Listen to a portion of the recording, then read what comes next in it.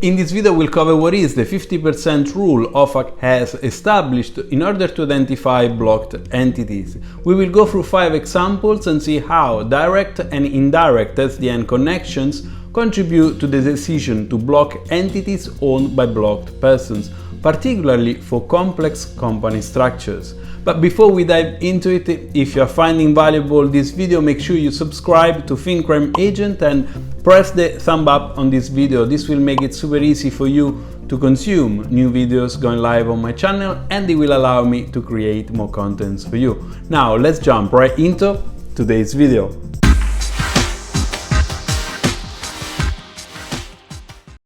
Hi, I'm Marco Beranzoni and this is FinCrime Agent, my YouTube channel where every week I publish a new video to boost your awareness about anti-money laundering and financial crime prevention. Before we start with the 5 examples of entity owned by blocked person, let's see what does the OFAC 50% rule say. The property and interests in property of entities directly or indirectly owned 50% or more in the aggregate by one or more blocked persons are considered blocked.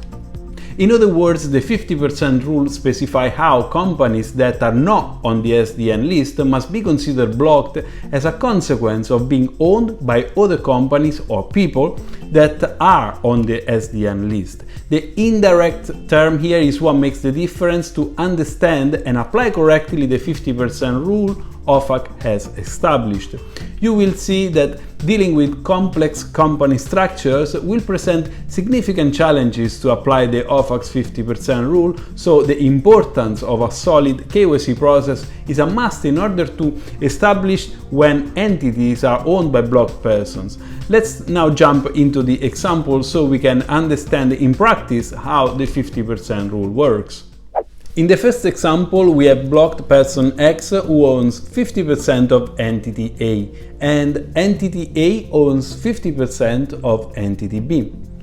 Entity B in this example is considered to be blocked. This is because blocked person X owns indirectly 50% of entity B. Also, blocked person X holds 50% ownership of entity A, which makes entity A also blocked. The fact that entity A owns 50% of entity B makes also entity B a blocked entity. In the second example, blocked person X owns 50% of entity A and 50% of entity B, like we've seen in the previous example. We now make things a bit more complex, as entity A and entity B each owns 25% of a third entity, entity C. Due to this, entity C is now considered to be blocked. This is because through its 50% ownership of entity A, blocked person X is considered to indirectly own also 25% of entity C, and through his 50% ownership of entity B, blocked person X is considered to indirectly own another 25% of entity C. When blocked person X indirect ownership of entity C through entity A and entity B is calculated, the total equals to 50%.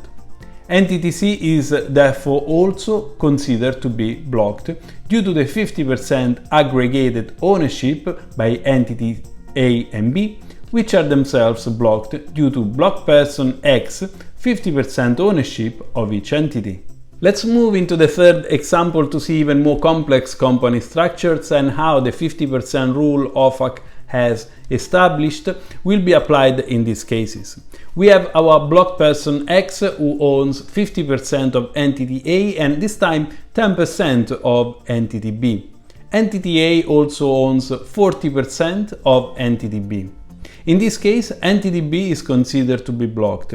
This is because through its 50% ownership of entity A, blocked person X is considered to indirectly own 40% of entity B. When added to blocked person X direct 10% ownership of entity B, blocked person X total ownership, direct and indirect, of entity B is now 50%.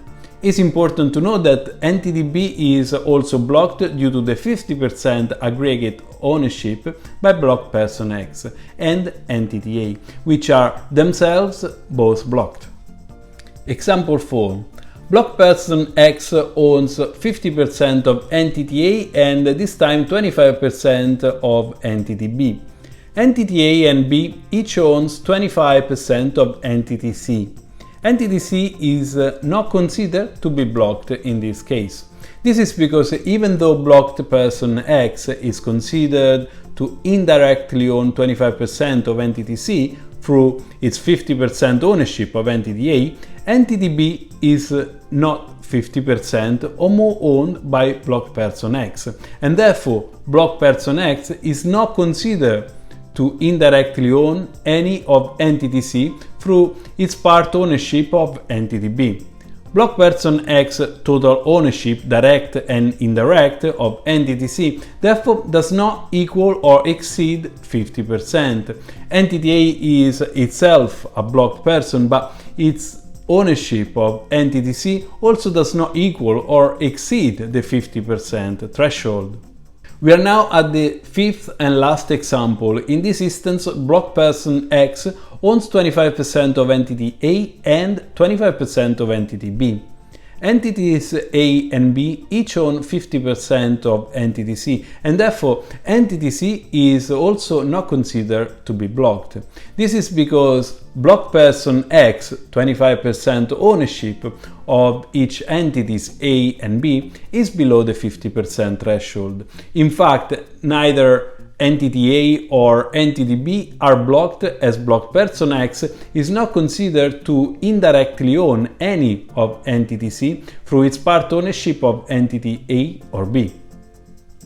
And this was the last practical 50% rule OFAC example. These examples we talked about were sourced from the FAQ session that is available under the Office of Foreign Asset Control pages that are hosted by the US Department of Treasury website. As always, you will find in the description of the video a link directing you to the official web page where you can read again those examples, and you can find in there even more information about entities owned by blocked person and the 50% OFAC rule.